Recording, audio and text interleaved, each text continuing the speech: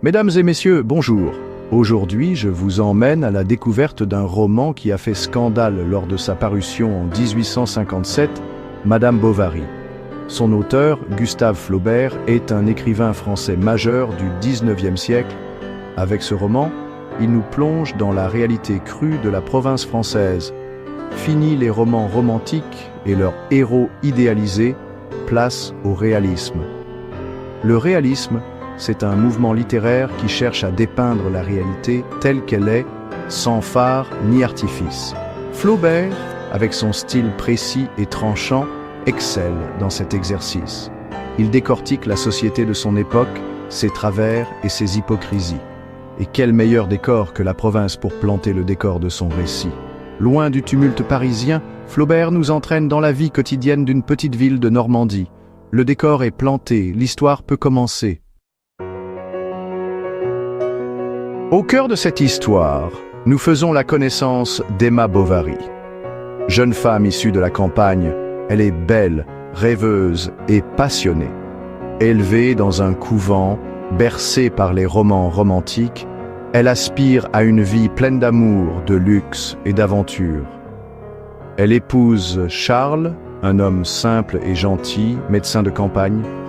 Charles est profondément amoureux d'Emma, mais il est loin de correspondre à l'idéal romantique qu'elle s'est forgé.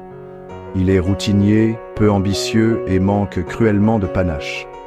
Autour d'eux gravitent des personnages hauts en couleur, comme Monsieur Homais, le pharmacien, archétype du bourgeois provincial, imbu de sa personne et de son savoir.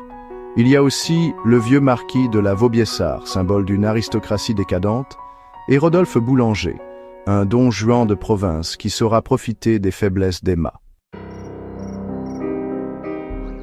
Le mariage avec Charles est une déception pour Emma. La vie conjugale monotone et étriquée ne correspond en rien à ses aspirations.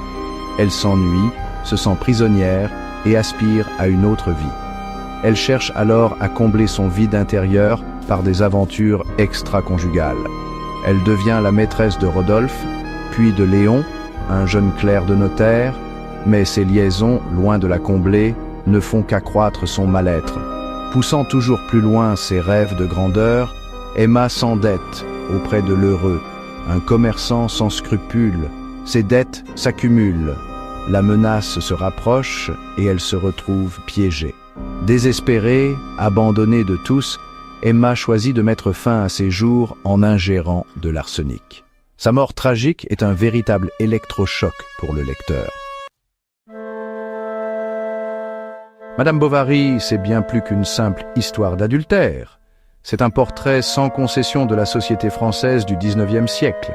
Flaubert y dénonce l'étroitesse d'esprit de la province, l'hypocrisie de la bourgeoisie et la condition féminine.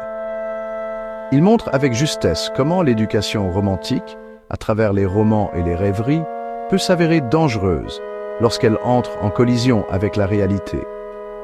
Emma, prisonnière de ses illusions, en est la victime tragique. Flaubert pointe du doigt le rôle aliénant de la société pour les femmes de l'époque. Elles sont enfermées dans un rôle d'épouse et de mère, sans autre perspective d'épanouissement personnel. Le destin tragique d'Emma est un cri d'alarme contre cette situation.